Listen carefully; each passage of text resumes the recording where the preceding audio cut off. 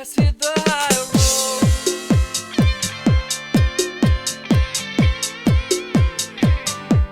Let's hit the high road.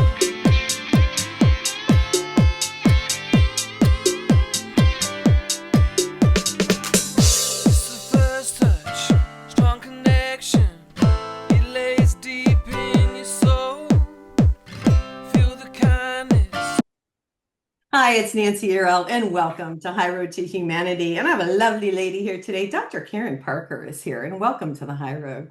Thank you. I'm excited to be here. Yeah, I'm really happy you're here. You guys, she has written a book, Quantum Wellness. Now, I don't know if you guys have heard about human design. I've heard about it through astrology, but Karen's going to talk to us about this. This is healing your mind, body, and spirit with human design. And I find this really interesting. Before we get into it, I just want to welcome everybody to the show. I've been off for a couple weeks, needed a little bit of R&R myself, but I am back and got some really great shows. I've got another show coming up that I want to tell you about. Thinking Ethically is coming up. That's another one. So we've got some good ones coming up here this fall and into the early winter. I want to talk about Karen here. She is a PhD. She is the creator of Quantum Human Design and the author of Quantum Wellness Healing. Okay. Now, this book came out in August, so congratulations on that. I will say, yeah, she has a PhD, energy, psychology, and human design. And I guess, Karen, tell us your story. I mean, why did you decide you're going to do this?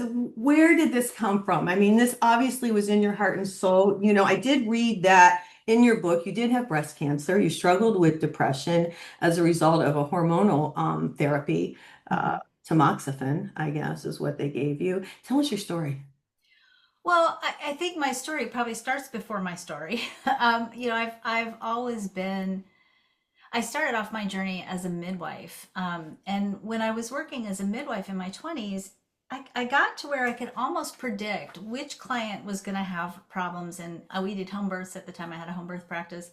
I almost could predict who was going to transport, who was going to end up needing emergency hospital care, and who was going to have a good birth. And a lot of that came down to really just listening carefully to my clients and hearing what was going on in their story. What story were they telling about what they expected? Oftentimes it came down to control or being out of control or feeling out of control. And even it came down to sometimes whether their partner was supportive or not, or whether they had access to support. And that always made me really curious. Like what was it about that story that they were telling that actually caused them to very often have complications during the birth Create it. process? They were Yeah. creating it. Yeah. Yeah. Well, I want to use that word really carefully Okay. because I think we can get really formulaic and say things like your thoughts create your reality, or your story creates your reality. And I think that's true to a certain degree, but I always also want to factor into that there's a little bit of mystery sometimes about why the things that happen to us. Like my dearest friend's 16-year-old son died of leukemia. You know, can we say that was in his story? Maybe, maybe not. Sometimes there's a little mystery around it too. But I would certainly say no matter what happens to us, it's an opportunity for us to take back control over the meaning. How are we going to interpret this experience, and how are we going to use this experience and create from this experience a story that is empowering, a story that takes us into or onto a journey of self-love. So fast forward, when I turned 40, I was a full-time single mom. I had four kids, four teenagers. I had my ex-husband was really not part of their lives. He wasn't sending any child support. So I was really heavily tasked with feeding a bunch of teenagers. I had two boys and they live in bands. So I'd feed the boys and the bands. And they eat a lot. Boys eat a lot. It was like living with locusts. Um, and and on top of that, I had my own business, which I needed to do because I really couldn't make enough money as a mom full time and still be home like at 3 o'clock to drive people or to be there for homework or to fix dinner. So I had my own business, and it was a lot. It was a lot. And I was still healing from the divorce, and I discovered a lump in my breast. And fortunately, it was a very I don't know if you want to say a mild form of cancer. It was something that I was able to treat fairly easily. And as you mentioned, I ended up being prescribed tamoxifen as part of the treatment, which after the treatment, taking tamoxifen prophylactically was horrible. I've never been depressed in my life. Right. Uh, the darkness that descended with this medication, which is one of the side effects. And as I'm talking about this, I really want to make sure I'm talking about my journey, and Sure. everybody has their own journey, and I don't want to prescribe a journey for anyone else. So Right. please, have your own journey if this is your story too. But I realized somewhere along the way, and I kept thinking back to these ladies that I was attending when I was a midwife, and I realized that my body, especially my breasts, the breasts are symbolic of nurturing and caring. And certainly I was doing so much nurturing and caring. It was coming through me, but nothing was coming back to me. And Mhm. I realized that I really had a story about I'm not supported. I have to do it all myself. I don't have time to take care of myself. That's a luxury. And when I really started looking at how I've got a heavy story here that's actually showing up in my body, it's showing up in my experience of the world. And really what my body is trying to tell me is, hey, lady, you need some self-care. You need some downtime. You need some self-renewal. And maybe you need a little more balance in your life. And so I've really worked on my own story and where did those narratives come from? Where did those beliefs come from? And I was raised in a very traditional household with a mom who gave it all, and that was sort of what I was trying to copy, and really had to change not only my own inner story about what I deserved and how I could take better care of myself, but I had to change the way I structured my life so that I was part of my own nurturing in the story. And when I did that, I actually gave myself permission to take myself off of the tamoxifen against medical advice. But I really knew that I wasn't going to be sick anymore, that this was the manifestation of a story and my body's way of saying, hey, you've got to change, make some changes here. Yeah, I agree. Well, I Yeah. want to say a couple things before you continue. One, you're right on. I've done so many interviews, not that I know everything. I know a lot because I've interviewed so many people over the years, but your words and your thoughts and your emotions do create your reality. Mm-hmm. And it is a fact. It's what you think about all day long is what you create because we all have a little spark of the divine in us. Mm-hmm. And I think, and that's for sure. My sister also died of leukemia, and you wonder why these things happen. Now, if I look at it spiritually, I think, well, they had a plan, they did this, so it was a learning experience. You could look at it from that respect, I Mm-hmm. guess. But I do believe that whatever story we tell ourselves, and I like how you talk about this, it goes into our body and our body Mm-hmm. responds. You Well, it know? also goes into our relationship with money and our relationships, our Yeah. intimate relationships and our career, our Yeah. relationship, our career. It goes into everything. Yeah, so talk about, I hate to go get right into it, but you say there's these 9 resilient keys. I got into the book and I was checking these out, and I'll just tell the audience, is it okay? You give this like little test, Um, so you reflect on your life. You look at self-trust, how much you trust yourself, your emotional wisdom, how much are you empowered? I love this. Decisiveness is one that I came up with when I was like, oh, I'm just like totally not decisive at all. Mhm. That was mine. Courage, vitality, lovability, self-worth, and authenticity. Kitty, you can't get in the show today. But I mean, these are things that, and it was interesting when I look in your book, and I'm just going to kind of show you guys the Mhm. graph if you're watching me on YouTube. It makes you think. So talk about this a little bit. Talk about this, the 9 resilient keys and trying to figure this stuff out. So, so when I went going back to, okay, what made people's stories cause them to experience pain in their lives in some area? And when I started really exploring that question, I looked at child development because I'm also a certified child development specialist. And I looked at the system that I use, human design, which is a system that's a personality assessment system that's based on Eastern and Western astrology, the Chinese I Ching, the Hindu chakra system, and Judaic Kabbalah. Basically, using your birthday, birth time, and birthplace, it spits out a chart. And that chart is a map for how you process energy. It's Yeah. also a map for what I like to call your soul curriculum. it tells you what archetypes, and I love the system so much because it's really a synthesis of ancient and modern archetypes, parts of the human story. Okay. And those archetypes are so enduring. I mean, you look at the I Ching, that's been around for more than 2,000 years. I mean, our human story. There's just some core essential parts of our human story that haven't changed that much, which I think is really beautiful and poignant. But if you look at our human story and you look at child development and adult developmental theory and you blend all that together, really what I came up with after kind of putting all of those pieces and parts together is that at the root of healing or at the root of resiliency are 9 base archetypes. So those base archetypes are, as you just said, self-trust, emotional wisdom, Mhm. empowerment, decisiveness, courage, vitality, lovability, and self-worth and authenticity. And if we can, like, if you start to score yourself on those 9 traits from a Right. scale of 0 to 10, if you're scoring relatively high on those 9 traits, you're pretty resilient and you're probably pretty healthy. Mhm. And if we are struggling with any of those traits, then it's probably going to show up in your life somewhere as pain somewhere. And that pain, again, pain is not there to torture you or make you suffer. It's really there. No. It's a wake up call. It's Yes, a absolutely. barometer. Yeah. Yeah. And so when we talk about healing, quantum healing, we're really talking about bringing ourselves back to this balanced place where we are scoring high on these 9 resiliency keys Energetically. energetically. And I would say, and Yeah. also in terms of our story that we're telling. Yeah. Well, If and you, it's true.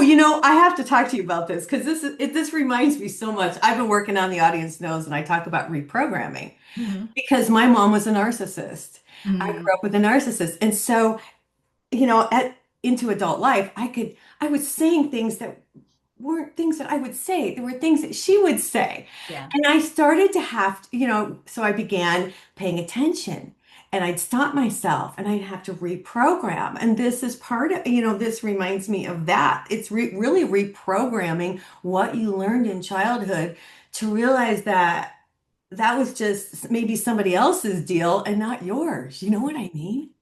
Totally. And it's not just from childhood. I mean, we know now, Yeah. based on the science of epigenetics, that we're actually already born into a story. We already Mhm. carry an ancestral story on a genetic level and memory on a genetic level that Right. sometimes we have to rewrite that too.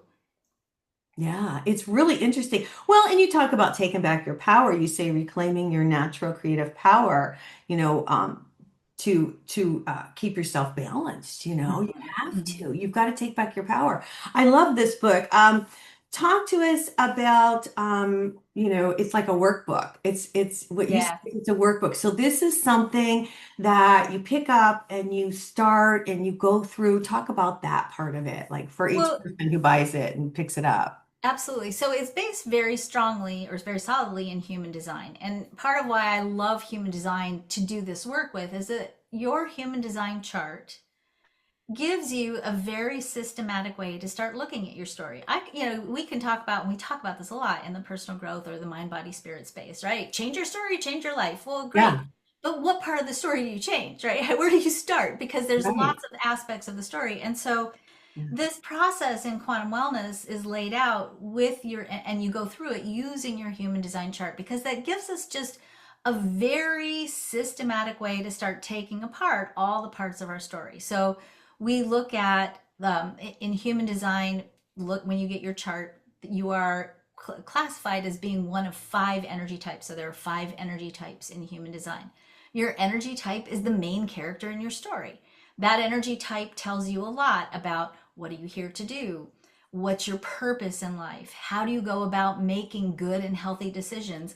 Because Right. a lot of what human design is really about is not so much about telling you you're this, you're that, and making you into a label. It's really a prescription for using personal narrative and archetypes to get back into the body, to transcend all the noise, all the beliefs, all the societal and familial expectations, and get back into okay, what does something that feels right for me feel like in my body? And what Well, does something that doesn't feel right for me feel like in my body? right. Well, I have a question. How do you get your chart? Tell the audience how they get their chart to begin with. because that's the key. You gotta have your Yeah, chart to start. exactly. Yeah. So you can go to our website. It's freehumandesignchart.com Right. and it's free. And you do need to know your birthday, birth time, and birthplace. You Okay. don't need to know what hospital room you were born in. People send me that all the time. Oh, Like, that's what's so in the funny. room? Okay. Wow. Okay. And so then they get the chart and then they can get the book and concentrate on what areas because that's really your energetic chart. Your soul Correct. chart. It's like your soul chart. Correct. Well, and it also shows you how do you interface with the world. So, for example, I say a lot of people in our space identify as being emotional empaths, right? We're sensitive. Part of why we're sensitive is I think in this space, there are a lot of people that have open hearts, and that naturally makes you sensitive. It makes you very aware, right? Mhm. And some of us are energetically configured to literally be empaths in different ways. There's different kinds of ways of being an empath based on the chart. When you understand, oh, I'm an emotional empath, that means when I walk into the room, if I'm not careful, I Mhm. might default to an old pattern. And that old pattern might be, oh, the emotional energy in this room is very intense. I need to be nice, to nurture, to take care of everybody in this room because if I keep everybody in this room happy, then the environment feels better for me and I can manage the energy in this room. And when we start to recognize, if that's part of your configuration, and you start to understand, oh, I'm an emotional empath, now all of a sudden you start to realize, I actually don't have to regulate the emotional energy in the room. I can come into this room and go, it's heavy in here, but I don't have to take it on. And I don't have to be You can responsible. walk out. You can walk Right, out. right. Or you can learn to be in it and not absorb it. Yeah, I think when I really knew it, well, I knew I was an empath. There was a couple reasons, ways I knew. One was I met a guy, and I was a real estate broker for many years, but he was selling, I brought him in to sell a lake house that we had. Mm. And when he got close to me, his energy was so strong, it took my breath away. I was like I couldn't breathe. And that, that is sometimes you can't help it, and Mm. I want to say that a lot of times, and that happened to me and it freaked me out. And I called a friend of mine. I said, "What happened?" And she said, "You're an empath. He's got really strong energy and you couldn't take it." And sometimes you walk into a space, I will say, and there's a Mm. lot of empaths on the planet right now because we're helping to raise the vibration, which is awesome. But you can just turn around and walk away. I just wanted to say You that. totally can. Yeah. Because Totally. it's like, whoa. And in addition to that, you can also learn to regulate it because sometimes you can't walk Yeah, away. So, for right, example, right, when you're a parent and your teenager is having an emotional meltdown, I mean, yeah, maybe you can walk away temporarily, but you're still going to have to face that person at dinner, right? And right, so, right, right. when you recognize what that energy is about and you stop identifying with it, because sometimes I think what happens to us is, especially where we're taking energy in, we get confused and we start identifying with it until we realize, oh, that's actually not my energy and I'm not responsible for this energy and I can be with it, I can see it, I can make discerning choices around it if I have to, but I don't have to let my energy field get hijacked by this energy over here. I have a quick question. Just, I went through your book. I didn't get to read it all. It's really interesting and it's really quite thorough. You go through all the chakras. Hmm. And I'm really big on the chakra energy fields, of course. We all have these energy fields in our body. But there's a chakra, Agna, Ajna. Ajna, yes. Is that? I've never seen that before. Can you talk about Well, that a little sometimes that's bit? called the third eye chakra. Oh, it is the third eye. Yeah, yeah. Okay. Why do you call it that? Is that Indian? Is that the I think that's the Hindu name for that Hindu? chakra. Yeah. Is that what it is? Okay, because I work, okay, now, so we can talk a little bit about the third eye chakra, if you wouldn't mind. Give us a little information about it if people aren't familiar. So there are two chakras associated with the mind, right? And that's the crown chakra and the third eye. And so when we really look at the mind and the function of those two energy centers, the purpose of those energy centers is to translate divine inspiration into ideas, into possibilities. There's not a lot of doing associated with the mind, which is something that's really hard to untrain ourselves because we oftentimes think, oh, if I get this idea, I got to go do it. It's really the purpose of the mind is actually to use the power of your imagination to translate inspiration, divine inspiration, into ideas and use those ideas to stimulate a specific emotional frequency. And Mhm. that emotional frequency, this is really how thoughts create your reality. That emotional frequency, in turn, either calibrates the heart into a state of coherence, or if the meanings that you're cultivating or the things you're imagining are maybe worst case scenarios, right? You're potentially creating a low grade state of fight or flight in the body. Mhm. So we use our minds to calibrate our bodies and our hearts, or the heart is part of the body, but we use our minds to actually calibrate our bodies and our energy fields to call in things that match the stories or match the meanings we have about archetypes in our story. Yeah, it matches our frequency. Mm-hmm. Matches our frequency. So I always say, if you're in a tough relationship, it lowers your frequency. You need to, put up boundaries and watch who you're associating with because it does affect your frequency. Now, Louise Hay always talked about heal your body, heal Mm-hmm. your mind, that type of thing. And it really goes back to that because if you have something going on in your body, I've learned this, and I know you know this, and maybe you can elaborate on it, then it's something going on with you emotionally, energetically, something that you need to work through. Has nothing to do with the body. It has to do with our energetics and how we're feeling about that. So tell me your thoughts on this. So now you've sort of hit my secret fantasy about my world, right? I mean, you can't see it, but over here on my board, I've got a whole treatise laid out. You know, definitely. I mean, I'm a doctor of integrative medicine. I'm a nurse by training. I'm a midwife. Definitely, there are times when you have to treat the body and it's in an acute phase of suffering and you got to work on what's going on in the body. But underneath the body, there's a narrative. And if we only treat the body and we don't look at, well, what's the story that's creating this? We Right. really leave our clients or we leave ourselves vulnerable to chronic conditions of pain. And you Mm. might have that same pain come back again, or you might have some other variation on that pain. But there's generally speaking a relationship between what's happening in your body and what's happening in your personal story. Right. And so one of the things that we do in quantum wellness is I break down the parts of the body in the context of the archetypes or the parts of the story that they're associated with.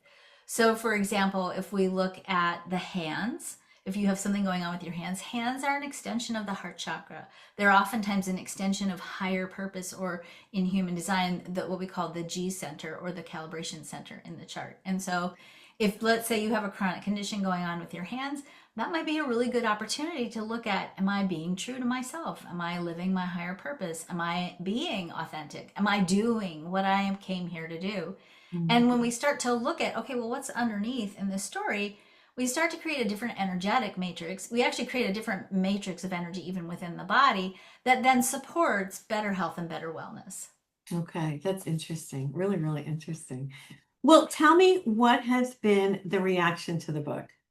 I think people really love the book. I've definitely, this is a process that I've been using in my classes with my students for years. And so having this put into a book and really a workbook format is really lovely. And I think offers people a very, as I said, a very systematic way to start taking your story down. I will say, and I hate to say this because I know people always tell me, well, that's not really sexy and that's not very marketable, but it is work. It is work. If you're Oh, really yeah. serious about getting in there and saying, okay, I really have to clean up my story. Like I'm still holding on to so many little places where I think I'm a victim, or so many little places where I've got resentment or bitterness or sadness or frustration, or I'm holding on to something in my body.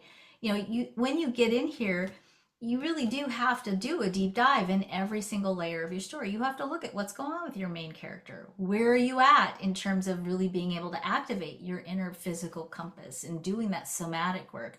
You have to really look at, what are your gifts? What are your strengths? Are you actually fulfilling those gifts and your strengths? And if not, why not? And what's going on in your story that's holding you back? And then you have to look at, every story has what oftentimes in writing is called a sacred flaw, right? Every story has a place where the main character basically has to come up against themselves, right? They have to kind of stand in the mirror and go, okay, am I going to do this thing or not? And it's a theme, it's a growth theme, a catalytic theme that oftentimes repeats through every spiral of growth that we go to. We all have like a core issue, right?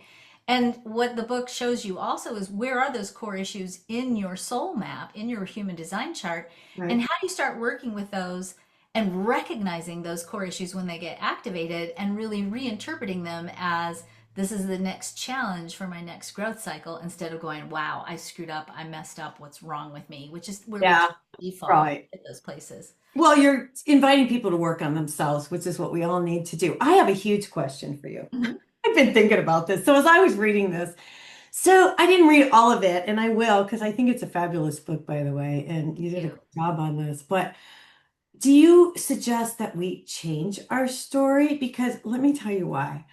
I've learned recently in the last few months, if I get a negative thought or something that happened in the past that's really not a pleasant thought, I send it to the light because I want it out of my energy. Mhm. Okay. But I want to know in human design, if I have a story and I don't like my story, something that happened in the past, do I change my story? Do I rewrite my story? Literally, yes. Literally, yes. That's the question. Okay, yes, Well, I do. so part of the other thing that gets outlined in this book is a process that I call Story Lab. And Okay. in the Story Lab process, you literally go through an intentional creative writing process of taking back control over the narrative. And Take back so, your power. That's where the power part comes in. exactly, Gotcha. exactly. Okay. So, in the Okay. research that I did for my PhD, I had people tell me a story Okay. about an event that left them feeling either disempowered or victimized. And when we took people into the lab and we had them tell the story, we then measured their IgA, which is a marker of immune function. We measured IgA response. And what happened is when they told a negative story, a story where they felt disempowered or victimized, Hmm. and bear in mind, this isn't when there was an acute trauma. This is like a story that we get stuck in. So it's something they've been stuck in for a while. Right. When they told that story, their IgA markers went down. And Literally, that's your immune. That's your yeah, immune your piece. immune system tanks in Isn't that response to those crazy? stories. Yeah. And then what I did is I took them into the story lab and I gave them glitter and paint and colored markers and paper. And I said, I want you to rewrite this story in a different way. And I want you to rewrite this story so that when you emerge from the end of this story, you are no longer a victim, you were a victor, or Right. you got some important lesson from this event that helped you grow.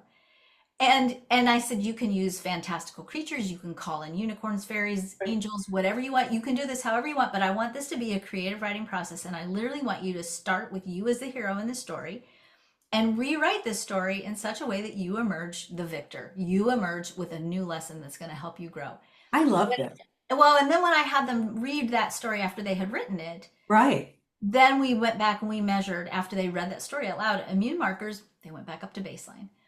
Now, here's It makes so much sense. And I just want to say something. Not that and please don't, I'm not putting down people who do counseling and stuff. But I will say I've never agreed with the analogy, or I've never agreed with people who say, "Oh, tell me your story, tell me your story." I don't think you should tell your story over and over and over again because when you do that, you're reliving it energetically over and over and over. And that's why I've been sending stuff to the light. So I love this. I love Mhm. what you do because you're absolutely right. I'm sorry, my cat's so loud. His name is Your Piper. cat's adorable.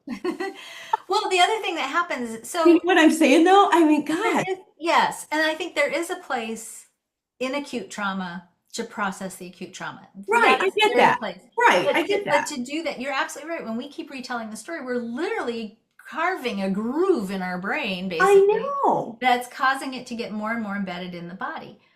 The other thing that happens is, and again, this is a call for a little bit of a shift in how we do therapeutic practices. Hmm. When we try to reason or logic our way into changing our story, which is sometimes what we do in therapy, depending on which modality you're working with, when we try to use reasoning and logic, we're drawing on this part of the body and the part of the brain that's actually doubtful and suspicious. So we start to try to change a story.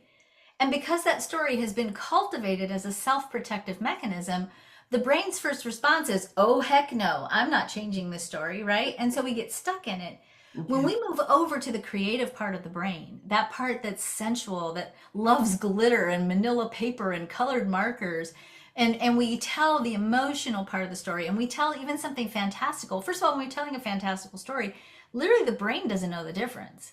The Sure. brain can't tell the difference between, hey, now I have superpowers and now I don't, because the brain is translating things metaphorically, not literally, always.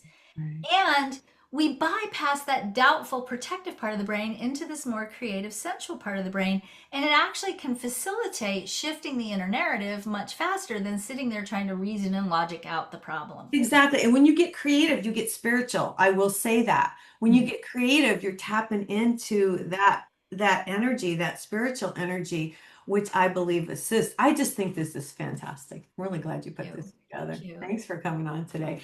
Tell people, okay, so tell everybody your website again. So if we want to get our human design chart, where do we go? Go to freehumandesignchart.com, and the book is available on any major book retail outlet, Okay. online or in stores. Well, thank you so much for coming on today. I truly appreciate it. Hey, you guys, I got to sell myself a little bit here. If you want to learn more about the angels, pick up my book on angels, you guys. Or if you'd like a tarot reading or an energy healing, give me a shout or go ahead and go to my website, nancyyearout.com. If you want to learn more about energy, you can pick up my book, Wake Up, the Universe is Speaking to You. I have a couple classes also, you guys that are out there. I've got a class on narcissism right now, how to heal your heart, how to heal from narcissism. And I do have my angel class, how to connect with your guardian angel. So I hope everybody has a fabulous week. Karen, thanks again for coming Thank on you this so much show. for having me. Yeah, it was a pleasure. All right, you guys have a fabulous week and God bless.